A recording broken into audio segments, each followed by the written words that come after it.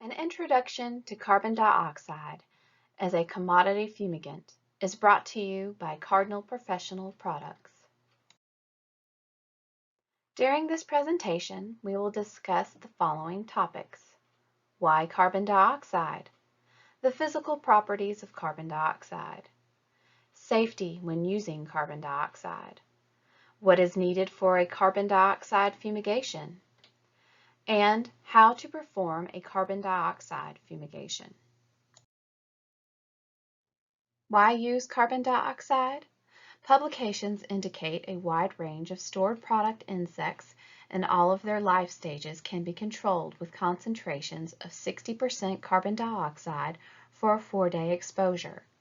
The IGI CO2 label is approved by US EPA to treat many different commodities, especially those products that are certified as organic. This fumigant is also approved by the WSDA, Washington State Department of Agriculture, for organic use and meets the requirements of the National Organic Program 7 CFR Part 205. CO2 can be used to treat a wide variety of stored products, insects, and rodents, including lesser grain borer, red and confused flower beetle, coffee bean weevil, Indian meal moth, sawtooth grain beetle, cigarette and drugstore beetle, and warehouse beetle. Please refer to the IGI CO2 label for a complete list of pests controlled. It can also be used for controlling burrowing rodents such as ground squirrels, gophers, and rats. According to the Federal Fungicide, Insecticide, and Rodenticide Act, the specific target pest does not need to be on the label as long as the commodity and site of application are on the label. The one exception is the state of New York.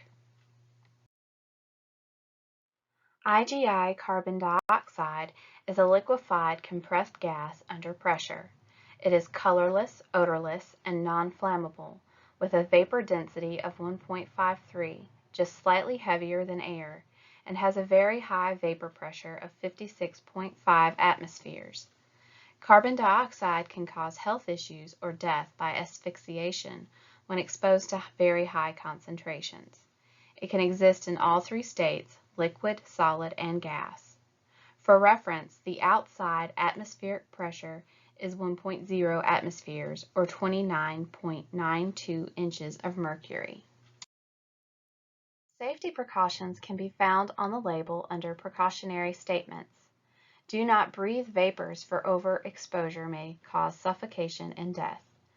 Ventilate the treatment area before entering and use a self-contained breathing apparatus and appropriate gas detection equipment to make sure work areas are safe for reoccupancy. Exposure to liquid or high concentrations of gas may cause frostbite to skin or clothing with direct exposure to the fumigant. Inhalation of carbon dioxide presents the highest health hazard to users and bystanders. If overexposure occurs, move the person to fresh air, call 911, and begin artificial respiration if the person is not breathing. It is important when calling any emergency personnel to have a copy of the label and SDS on hand. For contact with eyes, immediately flush eyes with plenty of water, occasionally lifting the upper and lower eyelids. Check for and remove any contact lenses, then continue to rinse for at least 10 minutes. Get medical attention if irritation occurs. Flush contaminated skin with plenty of water. Remove contaminated clothing and shoes. If clothing is frozen, add fresh water to thaw the area before removing and get medical attention if symptoms occur. Wash clothing and clean shoes thoroughly before reuse.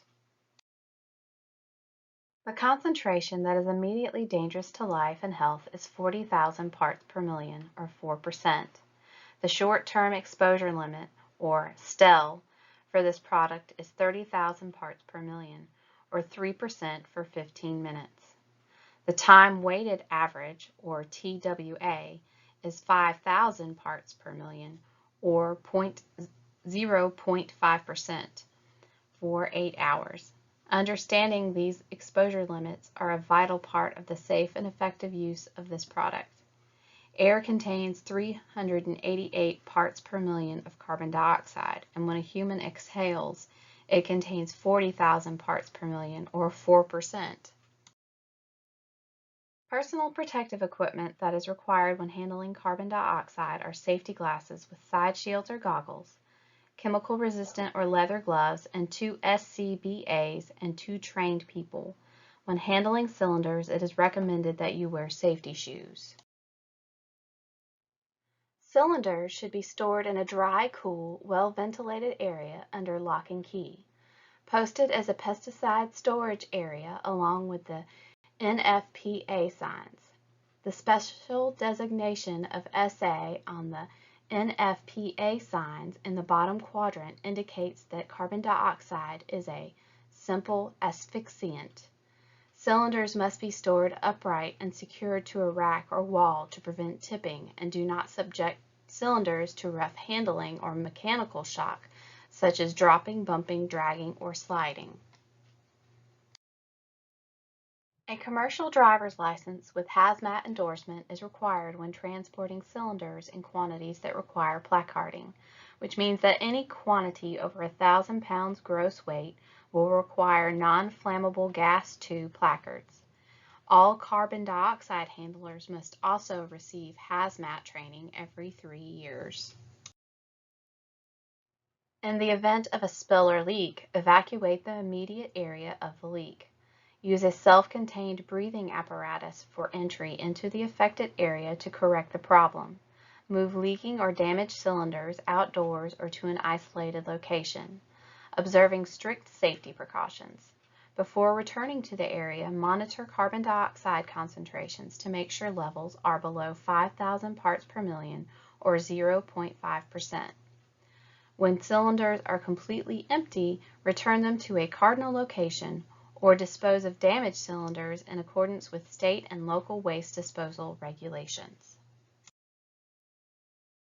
All carbon dioxide cylinders are DOT3 AA 1800 cylinders, meaning they can meet the minimum PSI ratings necessary for the safe transportation, handling, and application of carbon dioxide.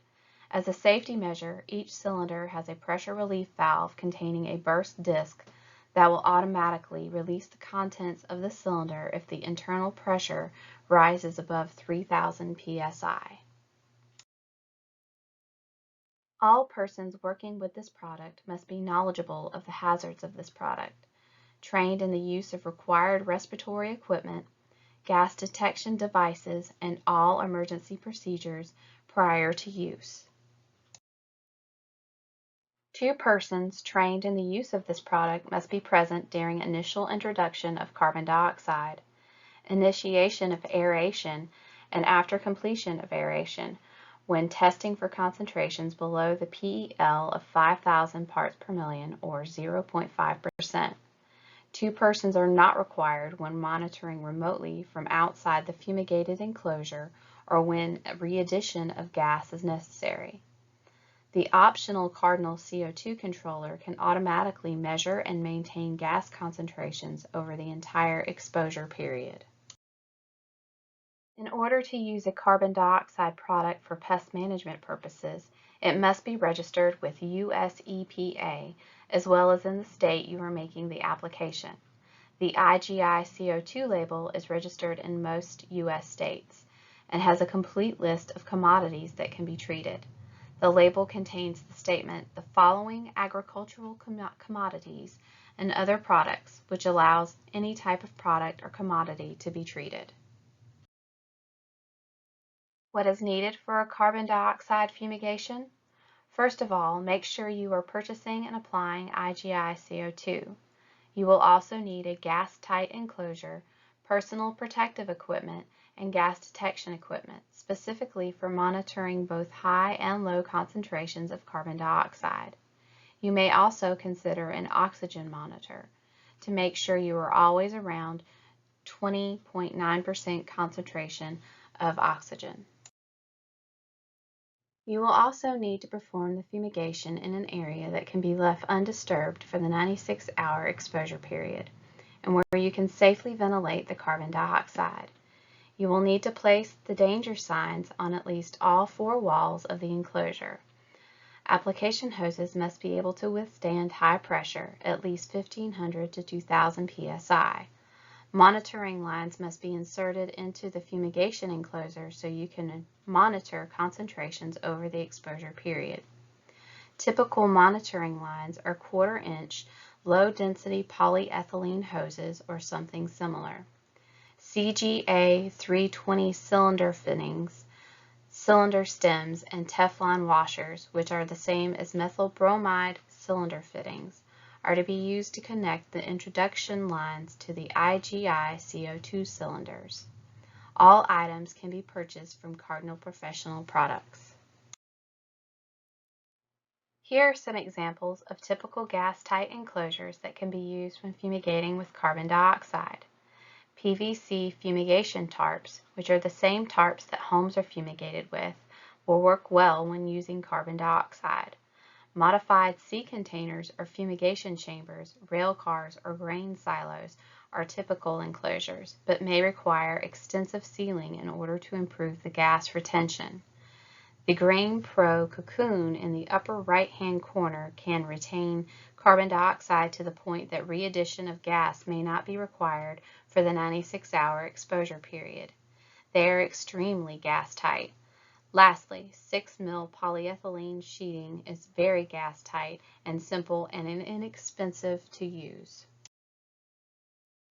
For storage and structural fumigation, dosage rates vary from 60% to 88%. Treatment times will also vary from 2 to 4 days. Use the 2-day option when controlling adults. Use the 4-day option for controlling all life stages. To determine the initial pounds needed and subsequent add gas requirements, use this formula. Cubic footage divided by 8.741 multiplied by the concentration percentage. 0.65 is used to represent 65% concentration. 8.741 represents the volume of space in cubic feet occupied by 1 pound of carbon dioxide. In this example, we are treating a typical 40-foot sea container which has a volume of 2,390 cubic feet. We always want to target an initial dose of 65%.